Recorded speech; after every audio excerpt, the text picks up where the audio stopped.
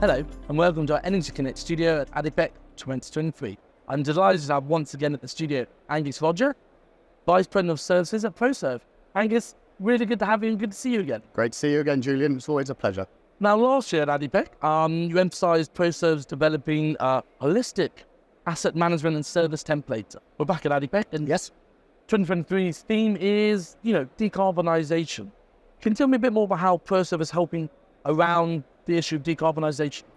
It's through a combination of things, development of trust with the operators, really developing partnerships so that there's mutual respect, mutual trust there, so they'll act on advice, but then also using technology, increasing the monitoring that we're doing. That's been a really big thing for us over the last 12 months, especially here in the Middle East. Increasing the amount of monitoring devices that we have out in the Gulf and around the Middle East, really.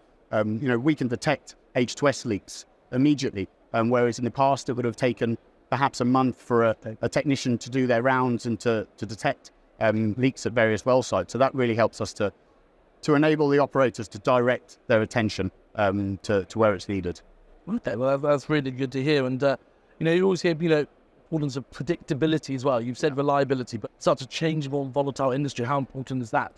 So, because it is so volatile and so changeable, and within the last year or so, security becoming such a big thing, ultimately, the more you can increase the visibility of assets and their performance, it really just enables you and the operators to take a more informed decision. So we've been working a lot on developing our asset intelligence platform to increase the visibility of asset performance, help the operators make a more informed decision so that when there are peaks and there are troughs, the decision about whether maintenance is required or not, for an example, sometimes regular maintenance that happens every month or every 6 months isn't required. So that trip on a barge or on a vessel can be avoided, and it can be remotely monitored instead of actually attending the site in person.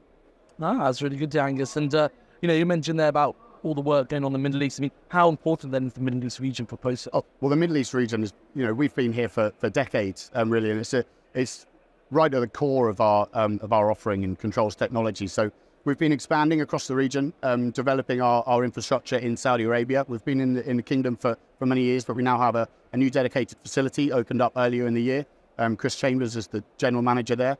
And so there's been some really good strides recently. We're continuing to drive our service-led model in the Middle East, and it's really helping us to provide the operators directly with some on-the-ground support, because we will continue to innovate, we will continue to develop new digital solutions, but we also absolutely recognise the need for boots on the ground, technicians and engineers who are available at the drop of a hat to go to site and to help optimise production and reduce any downtime.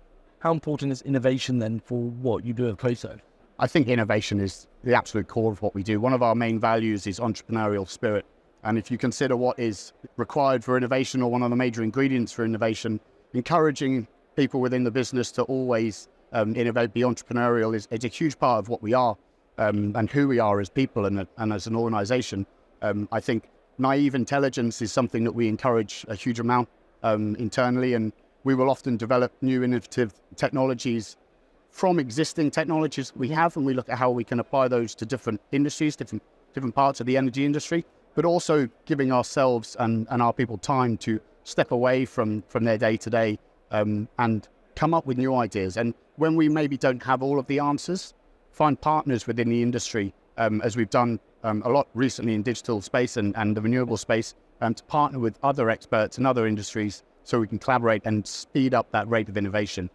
Because I think the importance of continually updating your understanding of reality is a really interesting concept, and it's very easy to work within your environment or your industry. And there's so much innovation happening at the moment across the globe in multiple sectors that I think it's really important our people continue to innovate and continue to think completely outside of the box, whilst we keep one hand on the underlying business that we have, that we always have to strive forward and be entrepreneurial in everything that we do, really. Well, that's really good to hear. And, we're here in October, so towards the end of 2023, what are you looking to in 2024? What is that, a focus or something that's going to be a big focus with you guys? So I suppose there are multiple things across the globe. In the role now, it's great to see, it's great to have involvement and touch the business all around the globe. one big area for us development is the subsea space in Norway.